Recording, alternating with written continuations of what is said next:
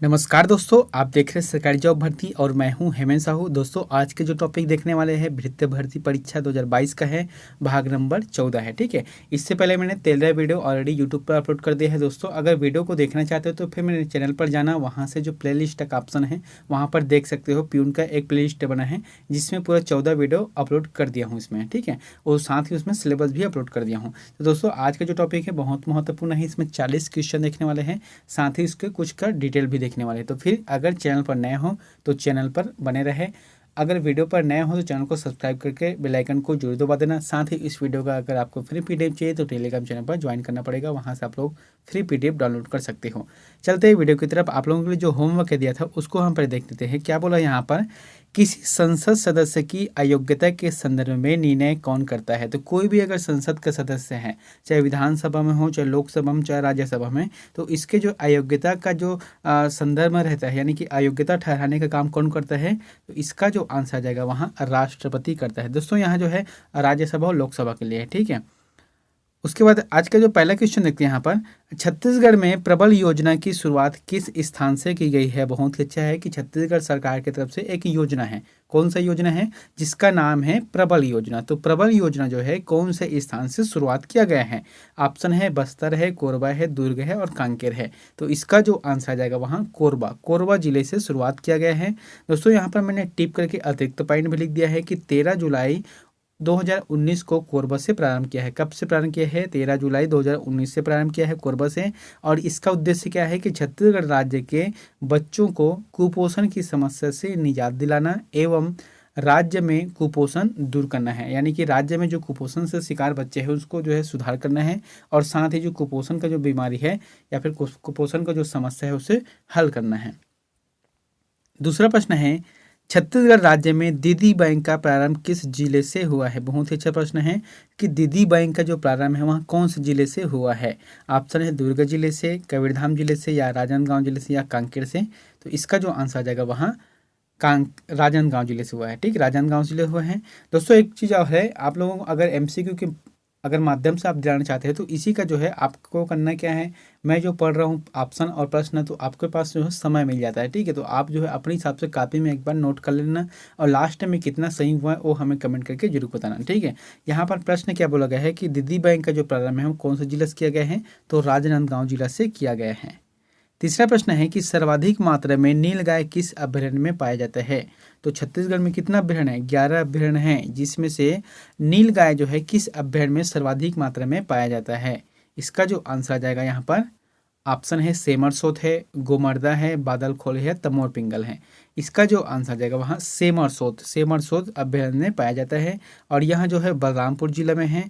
और यहाँ जो है इसका निर्माण कब किया गया था, सेमरसोत का 1978 में किया गया है, और इसका जो क्षेत्रफल है 430 वर्ग किलोमीटर के अंतर्गत फैला हुआ है। चौथा प्रश्न है, छत्तीसगढ़ में पाई जाने वाली बांस निम्न में से कौन सा नहीं है। यानी कि छत्तीसगढ़ में जो अलग अलग बांस के प्रकार पड़ जाती है, कहने का मतलब यह है कि छत्तीसगढ़ में कौन सा ऐसे बांस के प्रजाति है जो सर्वाधिक मात्रा में पाई जाती है। तो इसका जो आंसर आ जाएगा इसमें एक नहीं है, तो इसका जो आंसर आ जाएगा अरिहा बांस है ना। जो अरिहा बांस है वहाँ छत्तीसगढ़ में कोई भी बांस का प्रकार नहीं है, लेकिन जो है सर्वाधिक रूप से पाया कौन सा जाता है, बांस जो कि नर बांस है ना। उसी को जो है लाठी बांस भी कहा जाता है या फिर कटंग बांस भी कहा जाता है। याद रखना 3 शब्द हैं। ठीक है, छत्तीसगढ़ में पाए जाने वाले सर्वाधिक बांस का नाम क्या है, नर बांस भी कहा जाता है उसे, लाठी बांस भी कहा जाता है, या फिर कटंग बांस। ये तीनों नाम से जाना जाता है इसको। पांचवा प्रश्न है, कोरिया जिले के कोयला भंडार क्षेत्र में से एक नहीं है। तो कोरिया जिले के जो कोयला भंडार क्षेत्र है उनमें से एक नहीं है। ऑप्शन है झिलमिली है, दूसरा है मुकुंद घाट है, तीसरा है सोहागपुर है, और चौथा है चिरमिरी। देखो, यहाँ पर कहने का मतलब क्या है कि कोरिया जिले में जो कोयला भंडार क्षेत्र है उसमें से एक जो यहाँ पर जो ऑप्शन दिया गया उसमें से नहीं है। तो इसका जो आंसर जाएगा वहाँ मुकुंद घाट कहाँ है, यहाँ कोरबा जिले में है, और यहाँ पर बात कौन सा है, कोरिया जिले की बात कर रहा है। तो फिर इसका जो आंसर जाएगा वहाँ मुकुंद घाट जो कि कोरबा में है। और बाकी झिलमिली, सोहागपुर, चिरमिरी और उसके साथ जो है सोनहट है, झगराखंड है, कुरासिया है की पहाड़ी है, ये सभी जो है कोरिया जिले में जो कि कोयला खदान के लिए विख्यात है। पांचवा प्रश्न है दक्षिण पूर्व कोयला क्षेत्र का मुख्यालय कहाँ है। तो दक्षिण पूर्व, देखो हमेशा प्रश्न क्या आते हैं दक्षिण पूर्व मध्य रेलवे, लेकिन यहाँ पर क्या बोला गया दक्षिण पूर्व कोयला क्षेत्र का मुख्यालय कहाँ पर है। आंसर इसका ऑप्शन यहाँ पर बिलासपुर, कोरबा, कविया या फिर रायगढ़। तो इसका जो आंसर आ जाएगा, सही आंसर आ जाएगा वहाँ बिलासपुर में है। ठीक है, छत्तीसगढ़ में जो है दक्षिण पूर्व कोयला जो क्षेत्र है मुख्यालय है वहाँ बिलासपुर में है। इसे किस नाम से जाना जाता है, SECL के नाम से जाना जाता है, जिसे इंग्लिश में है south eastern cold field limited है, यानी कि दक्षिण पूर्व कोयला क्षेत्र कहा जाता है इसको। छठवां प्रश्न है अंबुजा सीमेंट कंपनी का कारखाना छत्तीसगढ़ में कहाँ पर है। तो छत्तीसगढ़ में जो बहुत सारा सीमेंट की फैक्ट्री है, कारखाना है, जो कि खासकर से बलौदाबाजार के एरिया में पड़ता है। ठीक है, तो अंबुजा सीमेंट कंपनी का जो कारखाना है वहाँ कहाँ पर है। ऑप्शन है रवान जो कि बलौदाबाजार में है, दूसरा बैकुंठ जो कि रायपुर में है, और तीसरा गोपालपुर जो कि बिलासपुर में है, और चौथा है सोनाडीही जो कि बलौदाबाजार में है। इसका जो आंसर आ जाएगा रवान, रवान जो कि बलौदाबाजार में है, और इसका जो निर्माण है वहाँ 1995 में किया गया था। 1995 में किया गया था। अंबुजा सीमेंट कंपनी का कारखाना जो है छत्तीसगढ़ में लगाया गया था। उसके बाद सातवां प्रश्न है स्वयं को किसान कहने वाली छत्तीसगढ़ की जनजाति है। तो ऐसी छत्तीसगढ़ की कौन सी जनजाति है जो स्वयं को यानी कि अपने आप को किसान कहती है। तो इसका जो ऑप्शन है धनवार है, नगेसिया है, सौता है और भारिता है। तो इसका जो आंसर क्या आ जाएगा यहाँ पर भारिया का, इसका जो सही आंसर आ जाएगा नगेसिया। नगेसिया जनजाति ऐसे है जो अपने आप को स्वयं को किसान कहते हैं। और इसका जो क्षेत्र कहाँ पर है, क्षेत्र को पूछे जाते हैं दोस्तों, खासकर से CGPSC में पूछे जाते हैं इसको, कि जो कोई भी जनजाति है उसका क्षेत्र पूछते हैं। जैसे यहाँ पर क्या है नगेसिया जनजाति, तो नगेसिया जनजाति का क्षेत्रफल कहाँ है, कहाँ पर अधिकतर पाए जाते हैं, तो रायगढ़ और सरगुजा के क्षेत्र है वहाँ पर निवास करते हैं। और इन लोगों का जो है सदरी बोली का इस्तेमाल करते हैं, सदरी बोली में बात करते हैं। आठवां प्रश्न है छत्तीसगढ़ सरकार का जनजाति अनुसंधान एवं प्रशिक्षण संस्थान कहाँ स्थित है। तो छत्तीसगढ़ में जो राज्य सरकार है उसकी जो जनजाति अनुसंधान एवं प्रशिक्षण संस्थान कहाँ स्थित है।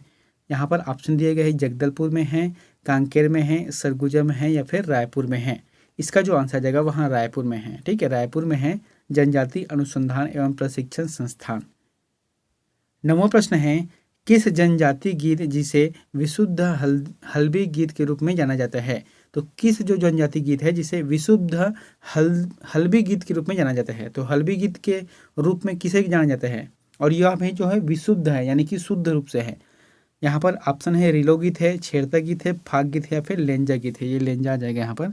तो इसका जो आंसर जाएगा लेंजा गीत। लेंजा गीत जो कि छत्तीसगढ़ में विशुद्ध हल्बी गीत है। और इस गाने के लिए कोई विशेष तिथि की निर्धारित नहीं रहता है, इसमें कोई भी समय गाया जा सकता है, जिसमें स्त्री और पुरुष दोनों साथ साथ मिलकर नृत्य कर सकते हैं, गीत गा सकते हैं, और जो है पृथक तौर पर भी इसे गाया जा सकता है। 10वां प्रश्न है छत्तीसगढ़ में जमींदारी का नए सिरे से सर्वेक्षण किनके द्वारा किया गया। तो छत्तीसगढ़ में जो जमींदारी प्रथा थी, ठीक है, उसके द्वारा जो है क्या किया गया कि नए सिरे से पुनः जो सर्वेक्षण किया गया है, तो किसके माध्यम से किया गया है।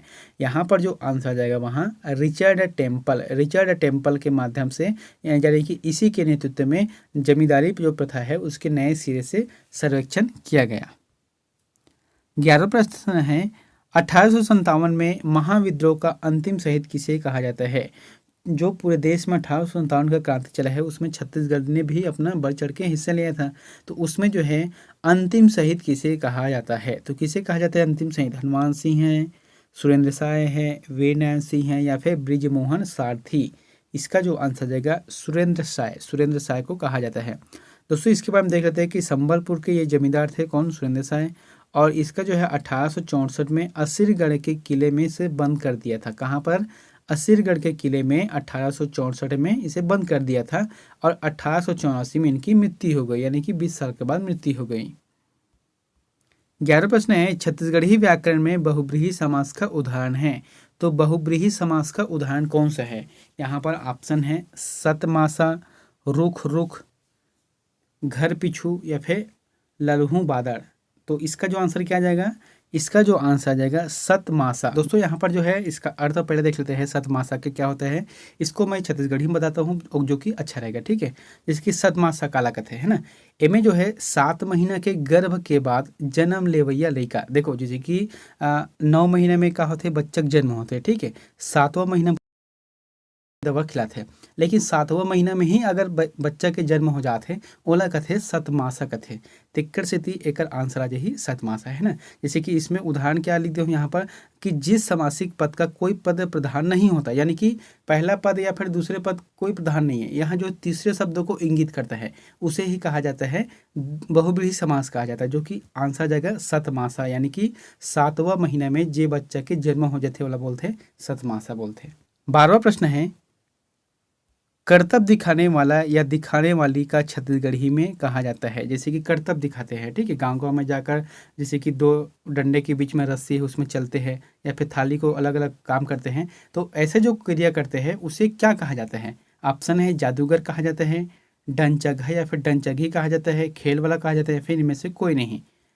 तो इसका जो आंसर क्या जाएगा यहाँ पर डंचगहा या फिर डंचगी, ठीक है। तो जो गांव में दिखाते हैं उसे कहा जाता है डंचगहा या डंचगी कहा जाता है, उसे जादू वाला खेल वाला नहीं बोलते हैं, देहाती भाषा में डंचगहा या फिर डंचगी कहते हैं। 13वां प्रश्न है धान को कूटकर चावल बनाने के लिए प्रयोग में लाया गया लकड़ी का घरेलू यंत्र क्या कहलाते हैं। जैसे कि पहले ज़माने में होता था, अब तो देखने को नहीं मिलता। जैसे कि धान को कूटकर चावल बनाने की जो प्रक्रिया चलती थी उससे जो लकड़ी का जो यंत्र था, कह सकते हैं यंत्र, तो उसे क्या कहा जाता था। जांता है, टेकनी है, या ढेंकी है, या फिर खलबत्ता है। तो इसका जो आंसर आ जाएगा वहाँ ढेंकी है। ढेंकी कैसे रहता है छत्तीसगढ़ी में अगर देखे होंगे तो फिर, ठीक है, यहाँ पर जैसे कि 2 लकड़ी का वो रहता है, ठीक है, रोकने के लिए। उसके बाद एक बड़ा सा लकड़ी रहता है जो कि यहाँ पर रहता है और इधर को पैर से दबाते हैं और यहाँ पर जो डंडा लगा रहता है और ये गड्ढा रहता है, इसी में जो है चावल दाल कुछ भी को डाल देते हैं और इसको जो है दबाते हैं। जब दबाएंगे तो ये जाकर ऊपर नीचे होगा और इसी में जो है धान है, चावल है, वहाँ कूट कर यानी कि उसको जो है तोड़ते हैं या फिर उसका पिसाई करते हैं, ठीक है। 14वां प्रश्न है छत्तीसगढ़ी शब्द धिलगहा में 14वां प्रश्न है छत्तीसगढ़ी शब्द धिलगहा के निम्न में से कौन कौन से प्रकार हैं। यानी कि जो छत्तीसगढ़ी शब्द हम बोलते हैं ना, जैसे धिलगहा है ना, तो धिलगहा में कौन कौन से एकर प्रकार हवे। यहाँ पर क्या क्या ऑप्शन दिया गया है, धीरे बांधे, तो यहाँ पर क्या क्या ऑप्शन दिए गए हैं कि धीरे बांधे हैं, सहातु सहातु है, हल्लू हल्लू है, या फिर ये सभी। तो इसका जो आंसर आ जाएगा वहाँ सभी आ जाएगा, ठीक। इसमें जो है जैसे धिलगहा शब्द है इसमें सभी शब्द आ जाएंगे, जैसे धीरे बांधे हैं, सहातु सहातु है, हल्लू बंधु है, मतलब हल्लू हल्लू है, ये सभी जो है धिलगहा के अलग अलग शब्द है या फिर प्रकार है। 15वां प्रश्न है निम्न में से कौन तिथि से संबंधित नहीं है। तो छत्तीसगढ़ी में जो तिथि है या फिर यहाँ पर क्या बोला गया है जो तिथि से संबंधित नहीं है, ऑप्शन क्या है चौथ, द्वास, बृहस्पत, नवमी। तो इसका जो आंसर आ जाएगा वहाँ बृहस्पत है ना। बृहस्पत जो शब्द है वहाँ दिन से संबंधित है और यहाँ पर बोला क्या गया है तिथि से, तो तिथि मतलब चौथ यानी कि चौथा दिन को कहा जाता है, द्वास यानी कि 12वां है ना, द्वादश ये 12वां दिन है, और नवमी यानी कि 9वां दिन है। 16वां प्रश्न है नटेर नटेर के देखना हिंदी में क्या कहलाता है। तो नटेर नटेर के देखना हिंदी में क्या कहलाता है, इसका जो आंसर आ जाएगा यहाँ पर घूर घूर के देखना है ना। जैसे कि नटेर नटेर के देखना मतलब उसी चीज़ को बार बार देखते रहना, घूर घूर के देखते रहना मतलब नटेर नटेर के देखते रहना है। दोस्तों छत्तीसगढ़ी व्याकरण से संबंधित क्वेश्चन पूछे जाते हैं। आप लोगों को सब बता देता हूँ कि जो खासकर से जो CGPSC है उसमें हमेशा पूछे जाते हैं। अभी जैसे कि भृत्य भर्ती में दिया है, ठीक है, उसके बाद जो है CGPSC का भी एक वैकेंसी निकलने वाला है 26 नवंबर को, उसमें भी एक जो है छत्तीसगढ़ी व्याकरण का अलग से पाठ्यक्रम ही रहता है उसमें। यहाँ पर 17 प्रश्न क्या बोला गया है कि सावन हरे न भादो सूखे लोकोक्ति का सही अर्थ बताइए। क्या बोला गया है सावन हरे, ठीक है, न भादो सूखे, यानी कि सावन हरा और भादो जो है सूखा दोनों जो है एक जैसे है ना, है ना। तो लोकोक्ति का सही अर्थ क्या है, इसका जो आंसर आ जाएगा सदा एक ही दशा में रहना। सदा एक ही दशा मतलब सावन हरे न भादो सूखे, यही इसका आंसर रहेगा। 18 प्रश्न है निम्न में से कौन सा शब्द शुद्ध है। तो निम्न में से कौन से शब्द है जो कि शुद्ध है। ऑप्शन यहाँ पर पूर्वांचल है, पूर्वाचल है, पूर्वाचल है, या फिर पूर्वांचल है।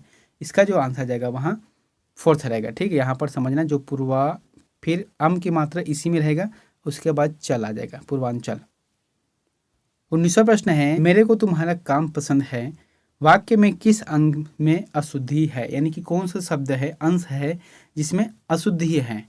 तो यहाँ पर आंसर आ जाएगा इसका मेरे को, ठीक है। मेरे को तुम्हारा काम पसंद है यहाँ तक तो ठीक है, लेकिन जो मेरे को शब्द गलत है इसकी जगह होना चाहिए मुझे तुम्हारा काम पसंद है, ये रहना चाहिए था, लेकिन ये गलत आ जाएगा।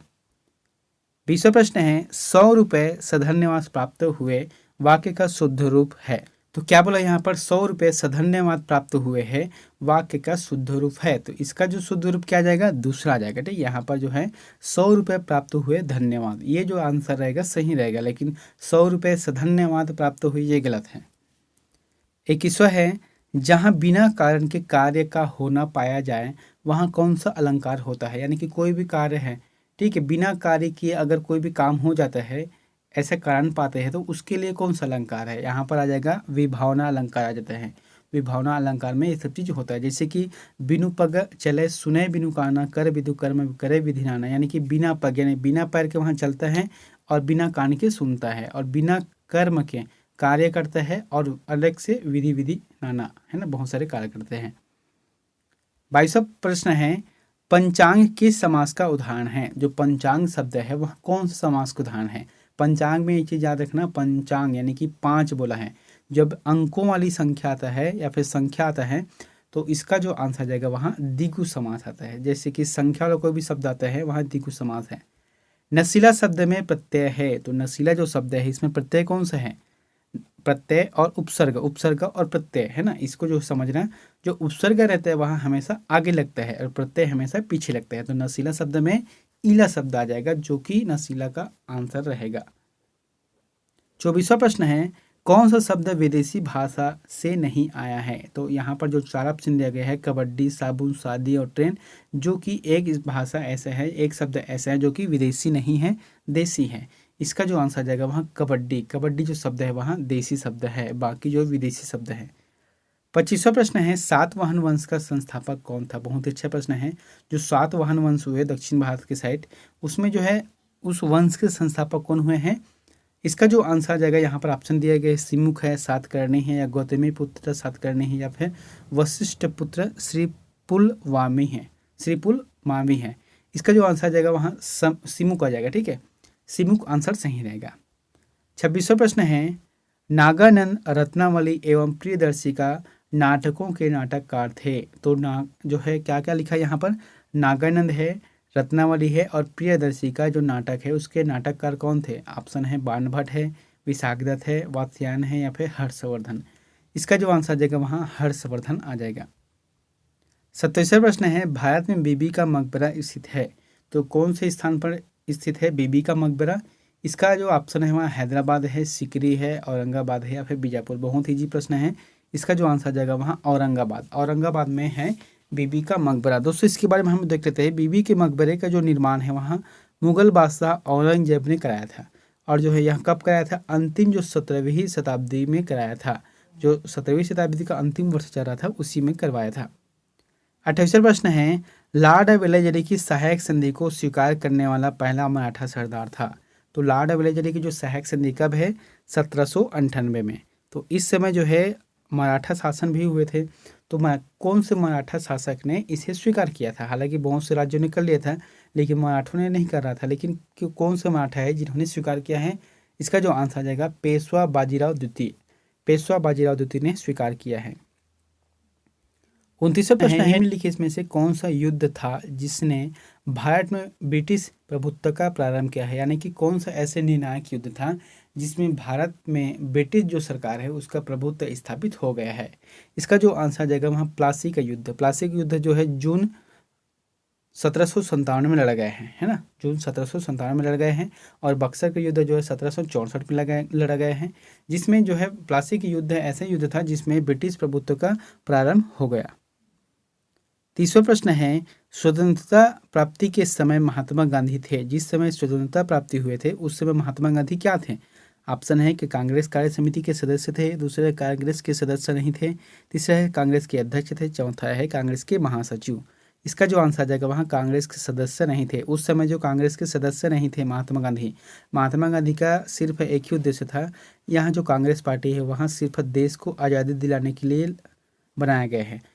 देश आज़ाद होने के बाद इसे समाप्त कर देना चाहिए, ठीक है। इसीलिए जो है महात्मा गांधी इसके सदस्य नहीं थे। दूसरी बात है महात्मा गांधी 1924 की जो बेलग्राम है उसके जो सम्मेलन हुआ था उसी में जो है यहाँ अध्यक्ष बने हुए थे। और तीसरा बात यह है कि महात्मा गांधी जिस समय देश आज़ाद हुआ उस समय महात्मा गांधी दिल्ली में नहीं थे, वो कोलकाता में थे। 31वां प्रश्न है, भारत में साइमन कमीशन के बहिष्कार का मुख्य कारण था। तो भारत में जो साइमन कमीशन आया था तो उसके बहिष्कार किया गया, बहुत से बहिष्कार किया गया। तो किस लिए बहिष्कार किया गया? इसका जो आंसर जाएगा वहाँ सभी सदस्य अंग्रेज थे। इसमें जो है साइमन कमीशन में जो सभी सदस्य आए थे वहाँ टोटल के टोटल अंग्रेज थे, है ना। इसमें कोई भारतीय को शामिल नहीं किया गया था। और साइमन कमीशन 3 फरवरी 1928 को भारत आए थे। 32वां प्रश्न है, 1935 में के भारत सरकार अधिनियम की कौन सी एक विशेषता नहीं थी?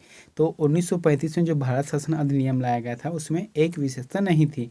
कौन सी नहीं थी? ऑप्शन है, इसका जो आंसर जाएगा पहला जाएगा, ठीक है, केंद्र के साथ ही राज्यों में द्वैत शासन। ये जो है आंसर गलत है, ठीक है। उसके बाद द्विसदनीय विधानमंडल है, प्रांतीय स्वायत्ता है, या फिर एक अखिल भारतीय संघ है, ये इसकी विशेषता थी। 33वां प्रश्न है, संविधान सभा के गठन की मांग सर्वप्रथम 1895 में किसके द्वारा प्रस्तुत की गई? बहुत ही अच्छा प्रश्न है ना। जैसे कि संविधान सभा का गठन करना है, इसके लिए मांग सर्वप्रथम 1895 में किया गया था। तो किसके द्वारा किया गया था? इसका जो आंसर जाएगा बाल गंगाधर तिलक ने किया था। दोस्तों इसके बारे में चीज़ है कि जैसे कि बाल गंगाधर तिलक ने 1895 में भारतीय संविधान का गठन के लिए मांग की थी। इसका मतलब यह है कि वह चाहता था कि हमारे देश के लिए एक अलग से संविधान हो, एक अलग से नियम, एक अलग से कायदे कानून होना चाहिए, इसीलिए इसमें कहा गया है, ठीक है। दोस्तों यहाँ पर मैंने थोड़ा सा अतिरिक्त लिख दिया है। यहाँ पर जब भारतीय संविधान की बात खुल ही गया तो फिर कि भारतीय संविधान को जब गठन किया गया था, संविधान सभा का निर्माण किया गया था, उस समय जो भारतीय संविधान में 299 प्रतिनिधि थे, जिसमें से प्रांतों के 229 सदस्य और देशी रियासतों के 70 सदस्य इसमें शामिल थे। और कुल मिलाकर इसमें देखा जाए तो 15 महिला सदस्य इसमें शामिल थे। 34वां प्रश्न है, निम्न में से किस स्थिति में किसी भारतीय व्यक्ति की भारतीय नागरिकता समाप्त हो सकती है? यानी कि भारत में रहने वाला कोई भी व्यक्ति है, उसके अगर नागरिकता को समाप्त करना है तो कौन सी स्थिति में हो सकता है? सबसे पहले इसके बारे में देखना कि त्यागने पर, है ना। अगर वहाँ स्वयं से त्याग देता है कि मुझे कनाडा में जाना है, पाकिस्तान जाना है, श्रीलंका जाना है, इस स्थिति में उसका समाप्त किया जा सकते हैं। दूसरा है पर्यावसन है, और तीसरा है वंचित किए जाने पर। अगर सरकार चाहता है कि ये जो है देश विरोधी कानून कर रहा है या फिर काम कर रहा है या फिर कुछ ऐसे काम कर रहा है जिसके लिए सरकार इसे वंचित कर सकते हैं, तो ये जो सभी कारण हैं वहाँ इसमें समाप्त किया जा सकता है उसके रहने को। 35वां प्रश्न है, धर्म विधेयक पारित करने के लिए राज्यसभा को कितना समय दिया जाता है? तो धर्म विधेयक है कि नहीं, इसे जो सिर्फ लोकसभा में ही पारित किया जा सकते हैं, है ना। यानी कि लोकसभा के अध्यक्ष ही से निर्धारित करते हैं कि कोई भी चीज़ जो है धर्म विधेयक है कि नहीं, लेकिन फिर भी इसे जो पारित करने के लिए जो है राज्यसभा में भेजा जाता है, जो कि 14 दिनों के लिए भेजा जाता है। 36वां प्रश्न है, भारत में क्षेत्रफल की दृष्टि से सबसे बड़ा संसदीय निर्वाचन क्षेत्र कौन सा है? संसदीय निर्वाचन क्षेत्र मतलब जहाँ से सांसद चुन के आते हैं। तो इसका जो आंसर जाएगा वहाँ लद्दाख है। लद्दाख जो सबसे बड़ा है क्षेत्रफल के दृष्टिकोण से, हालांकि जनसंख्या कम है वहाँ पर, लेकिन क्षेत्रफल की दृष्टि से सबसे बड़ा है लद्दाख है। 37वां प्रश्न है, भारतीय संविधान की प्रस्तावना में धर्मनिरपेक्ष, समाजवादी तथा राष्ट्र की एकता एवं अखंडता वाक्यांश किस संशोधन द्वारा समाविष्ट किया गया है? क्या बोला गया है कि भारतीय जो संविधान है उसमें धर्मनिरपेक्ष, समाजवाद एवं राष्ट्र की एकता एक अखंडता जो शब्द को लिया गया है, पुनः लिया गया था। हालांकि जिस समय निर्माण किया गया था उस समय नहीं लिया गया था, इसे बाद में लिया गया है। तो कौन से संविधान संशोधन में द्वारा जो है समाविष्ट किए हैं? इसका जो आंसर जाएगा 42वें संविधान संशोधन के तहत, जो कि 1976 है ना, 1976 में किया गया था। और तीसरा प्रश्न है, इको मार्क किसी उत्पाद पर दिए गए इस प्रमाण का चिन्ह होता है कि वहाँ क्या होता है? जैसे कि कोई भी उत्पाद है, ठीक है, जैसे कि अपन चिप्स खाते हैं, उसमें लिखा रहता है इको मार्क रहते हैं ग्रीन कलर में, तो वहाँ जो किस चीज़ का प्रमाणन करता है? इसका जो आंसर आएगा पर्यावरणीय दृष्टि से अनुकूल, यानी कि वह प्रोडक्ट है उसमें अगर चित्र छपा रहता तो मालूम पड़ता है कि यहाँ जो है पर्यावरण के अनुकूल है। आंसर जाएगा दूसरा। उसके बाद है 39वां, भारत में जूट का अधिकतम क्षेत्र कहाँ पर है? तो भारत में जो है जूट का जो अधिकतम क्षेत्र कहाँ पर उत्पादन किया जाता है, उसका पैदावार किया जाता है जूट का, इसका जो आंसर जाएगा वहाँ पश्चिम बंगाल में किया जाता है। इसीलिए दोस्तों जब छत्तीसगढ़ में धान का खरीदी करते हैं उस समय बारदाना जो है, बारदाना यानी कि बोरा है ना, उसको जो है पश्चिम बंगाल से मंगाते हैं, ज़्यादातर उसी से मंगाते हैं।